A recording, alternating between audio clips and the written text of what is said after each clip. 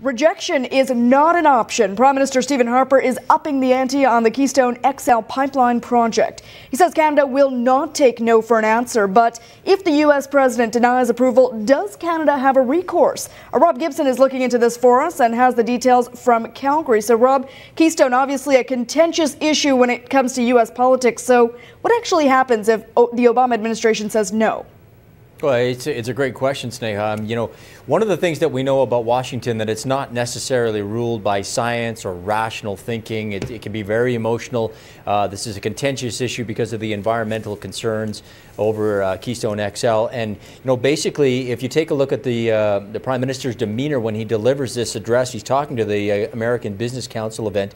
He says it's just politics. But take a look at his demeanor, and you tell me how concerned he seems about this. The logic here is overwhelming.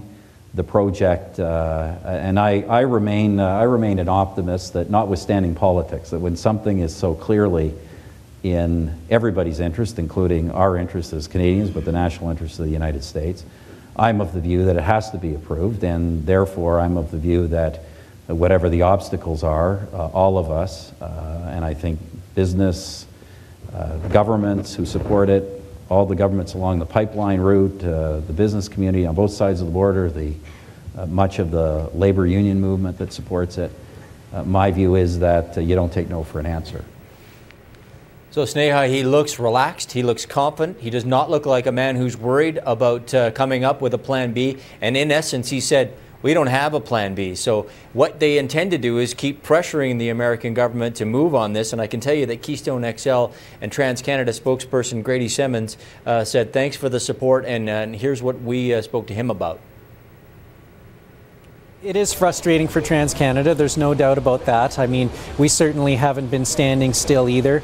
We announced just back in August, we announced our largest pipeline project ever, the $12 billion Energy East project. So, that's a much larger project than Keystone XL. We also have some major natural gas pipelines that we're moving forward with in BC. So Keystone XL remains a very important project for us, but it's certainly not our biggest project by any means.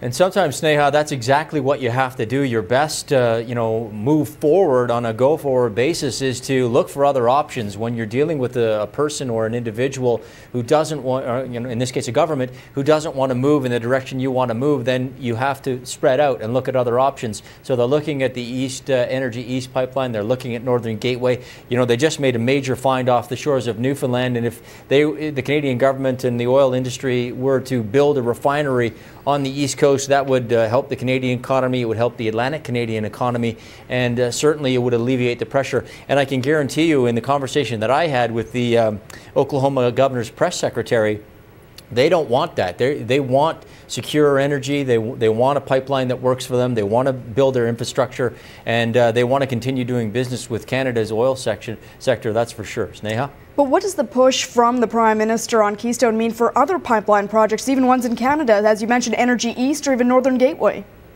Well, they're moving forward with those projects regardless of what happens with this one, but they're not giving up on Keystone XL. They've got long-term agreements in place for that project. They're working on getting the other projects on the go. They're still looking for their environmental approvals there. One of the odd things about this whole scenario is that our environmental regulations are probably more stringent than the United States ones, and there was a letter from the Harper government to Obama saying, let's harmonize that. Let's get on the same page when it comes to the regulations that we're asking the oil industry to work with. And so far we've had no response on that. So, presumably it will be easier for TransCanada to build pipelines in Canada than it will be to try to take them across the border. Sneha? All right, very interesting. Thank you very much, Rob.